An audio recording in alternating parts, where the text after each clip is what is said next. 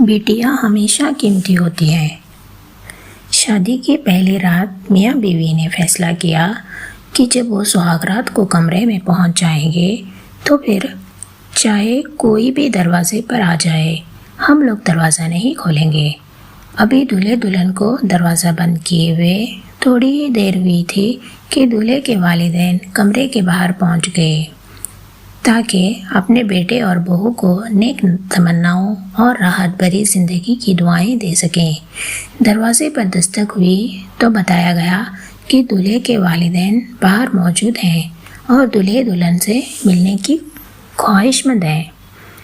دولہا اور دلہن نے ایک دوسرے کی طرف دیکھا، باوجود اس کے کہ دولہا دروازہ کھولنا چاہتا تھا، لیکن اس نے فیصلے کو مد نظر رکھا اور اپنے والدین کے لیے دروازہ نہیں کھولا۔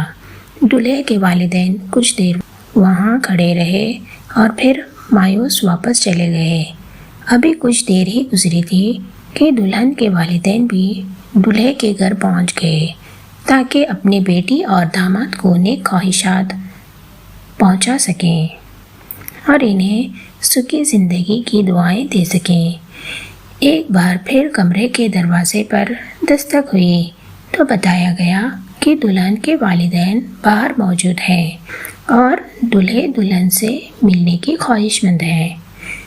دولہے دلہن نے ایک بار پھر ایک دوسرے کو دیکھا اور اپنا فیصلہ ذہن میں تازہ کیا، باوجود اس کے کہ فیصلہ ہو چکا تھا کہ کسی کے لیے بھی دروازہ نہیں کھولا جائے گا، لیکن دلہن کی آنکھوں سے آنسو جاری ہوئے اور اس نے کہا کہ میں اپنے والدین کے ساتھ ایسا نہیں کر سکتی، اور اٹھ کر دروازہ کھول دیا۔ دولہے نے یہ سب کچھ دیکھا مگر دلہن کو کچھ نہیں کہا اور خاموش رہا۔ اس بات کو برسوں بیت گئے۔ ان کے ہاں 4 بیٹے پیدا ہوئے اور 5ویں بار اللہ نے ان کو بیٹی دی۔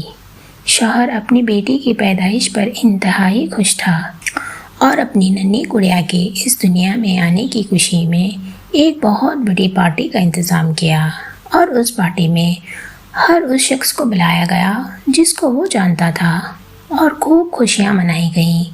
جب پارٹی ختم ہوئی اور مہمان اپنے گھروں کو واپس چلے گئے تو رات کو بیوی نے اپنے شوہر سے پوچھا کہ کیا وجہ ہے کہ آپ نے اتنے بڑے پارٹی کا انتظام کیا اور اتنی زیادہ خوشیاں منائیں، جبکہ اس سے پہلے ہمارے 4 بیٹے بھی ہیں جن کی پیدائش پر آپ نہ تو اس قدر خوش ہوئے تھے اور نہ کبھی اس طرح پارٹی کا انتظام کیا۔